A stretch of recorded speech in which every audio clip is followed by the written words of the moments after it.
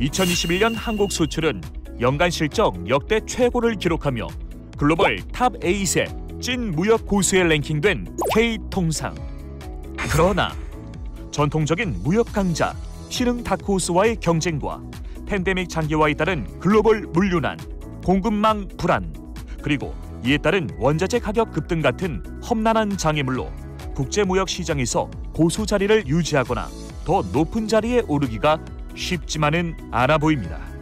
칼바람 쌩쌩 부는 겨울철 1분기에는 가스, 원유 등 에너지원과 중간재, 자본재의 수입이 증가되어 우리나라의 무역 수지가 악화될 수도 있는데요. 과연 우리는 혼돈의 글로벌 시장에서 꿋꿋이 버티며 올 한 해 작년을 잇는 수출, 무역 성과를 올릴 수 있을까요? 2회 만에 자칭 통상 하디슈의 공식 마스코트로 등극했다는 통상 원정대원이 무역업계의 숨은 고수를 만나 올해 우리의 무역 시장을 점쳐보겠습니다.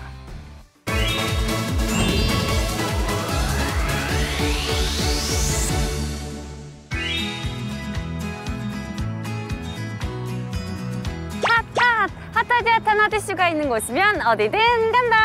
안녕하세요, 핫팍입니다. 네, 오늘은 제가 통상의 숨은 고수 숨고를 만나러 삼성동 한국무역협회에 와 있습니다. 오늘 만날 고수님께는 궁금한 게 너무 많아요. 긴 말 필요 없습니다. 일단 가보시죠. 고고! 네, 잠시만요. 왜요? 네, 고수가 누구신지 모르시잖아요. 맞다. 네, 그래서 이거 드릴게요. 힌트까지 주시는 거예요? 점점 발전하는 우리 통상 TV, 이게 힌트인가요? 네, 맞아요. 초상화인 거죠? 정말 방송하는 사람들 이렇다니까요. 이게 뭐야? 털이야, 머리카락이야. 거의 무슨 풍수지리 전문가거든요? 제가 이렇게 길게 말해서 뭐 하겠습니까? 일단 가보시죠. 고고! 어디 계시는 거야? 이렇게 생긴 사람.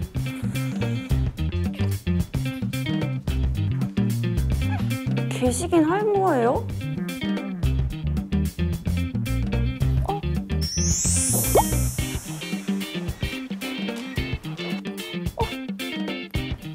찾았다. 지읒, 이응. 혹시 이분 맞으세요? 저 맞습니다. 진짜 이분이시라고요? 아침에 떡볶이 먹다 흘리신 것 같은데. 근데 이건 도대체 뭐예요? 이건 동향분석실이고요. 조의윤 제 이름입니다. 그러면 동향분석실 조의윤 연구원님 반갑습니다. 드디어 잡았다. 같이 해주세요.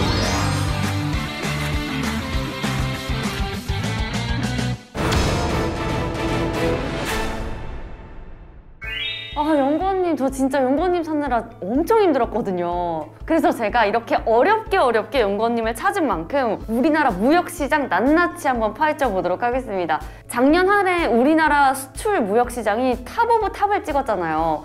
혹시 올해도 우리나라 수출 시장이 상승세를 이어갈 수 있을까요? 네, 올해도 상승세를 이어갈 여력이 충분히 있다고 보입니다.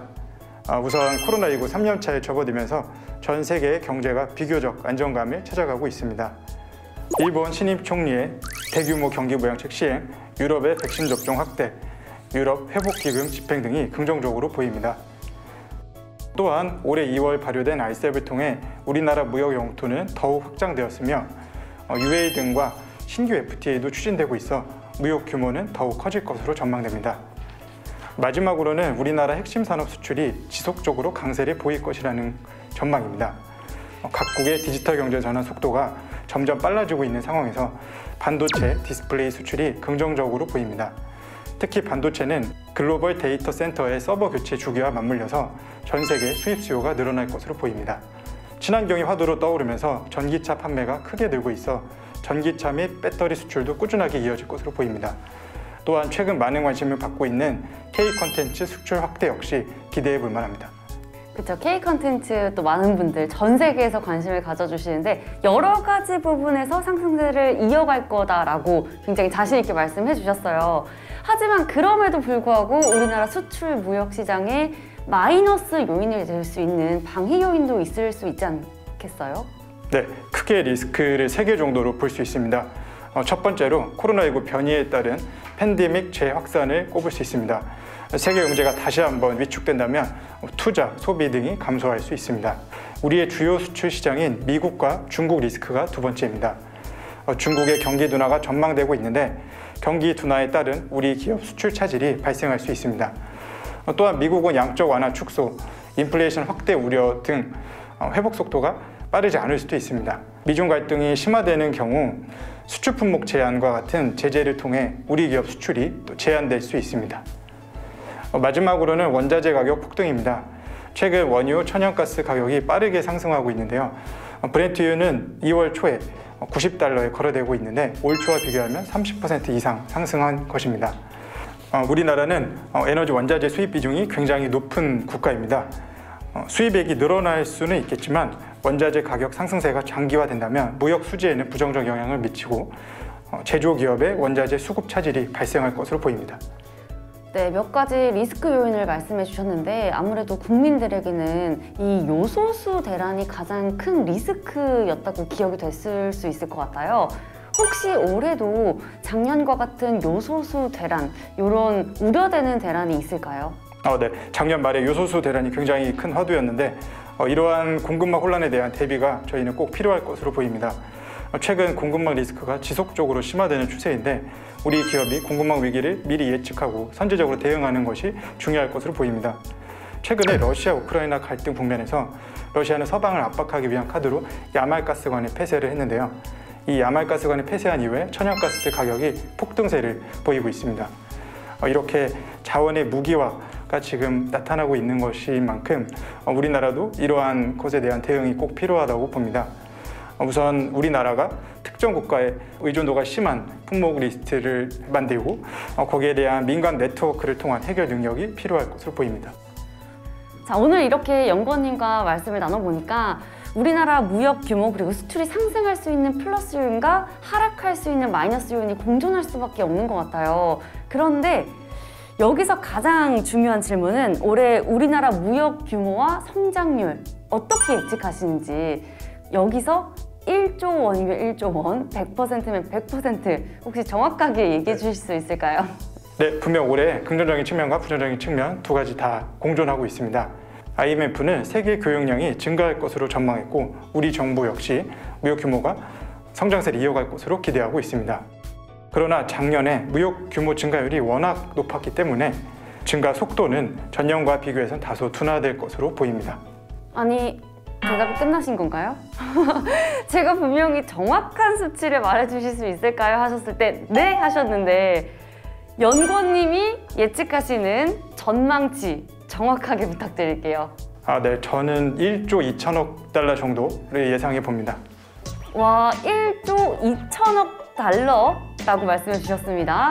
올해 우리나라 무역 수출 시장 전망치, 요거 저희 혹시 타임캡슐처럼 묶어놨다가 저희 연말에 그 타임캡슐 같이 열어보시는 거 어떠세요? 네, 좋습니다. 저희 출연 동의 받았습니다. 재밌으실 것 같죠? 네. 연구원님이 과연 쪽집게처럼 점을 잘 찍으셨는지 혹은 완전 빗나가셨는지 저희 한번 연말에 확인해 보도록 하겠습니다. 통상원정대원의 인터뷰는 통상고수님의 우격다짐 연말 출연 약속으로 끝났지만 우리 산업계는 지금도 어디선가 열심히 무역 활동을 하고 있겠죠. 지난 1월 12일 산업통상자원부는 무역점검회의를 개최하며 올해 무역진흥 대책을 발표했는데요. 대책 아래는 크게 3가지 방안으로 우리나라의 작년 수출 증가세를 유지하면서도 무역 규모를 확대하겠다고 밝혔습니다. 먼저 올해 상반기 우리 수출 상승세를 총력적으로 지원하는 방안으로 반도체, 바이오 헬스, 프리미엄 철강 소재 등 10대 수출 유망 품목에 대한 1조 2천억 원 규모의 연구개발 지원, 소상공인 및 내수기업 총 1,800개사 수출 기업화, 지방기업 950개사 해외 진출 지원, 261조 3천억 원 규모의 무역금융신속 공급, 1,900억 원의 수출 마케팅 예산을 투입하기로 했고요. 게다가 미중 대립 등 불안정한 통상 환경을 고려하고 대비한 정책으로서 무역 리스크에 신속히 대응할 다양한 방안도 마련했습니다.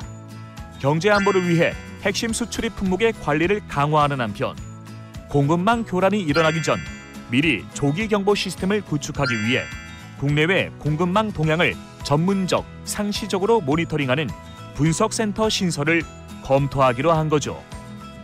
이뿐 아니라 글로벌 공급망 이슈에 효과적으로 대응하지 못했던 법률 제도를 보강하고 국내 기업들이 물류난 때문에 수출입이 어려움이 없도록 무역선 공급과 물류비 지원 역시 확대하기로 했습니다. 마지막으로 탄탄한 무역 기반을 다져나가려는 방안이 제시되었는데요. 이 방안에 따라 우리와 다른 국가들 간 맺은 FTA 네트워크를 적극적으로 활용할 방책을 추진함과 동시에 새로운 FTA 체계를 확대해 시장의 다변화, 안정화를 꾀할 계획입니다.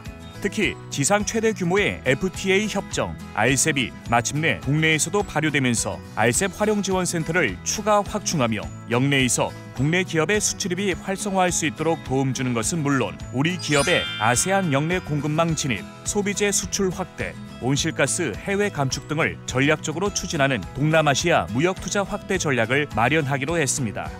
무역이 더 크게, 더 깊이 성장할 수 있도록 여러 지원책과 정책을 조성한 것이 기대한 만큼 성과를 낼 수 있을까요? 정부의 정책이 효과적으로 시행되고 민관이 긴밀히 협력하여 우리가 지난해 달성한 최고 무역 실적을 훌쩍 뛰어넘는 흔들림 없는 무역 고수의 길을 계속해서 갈 수 있기를 바랍니다. 알아두면 쓸데있는 통상 핫이슈.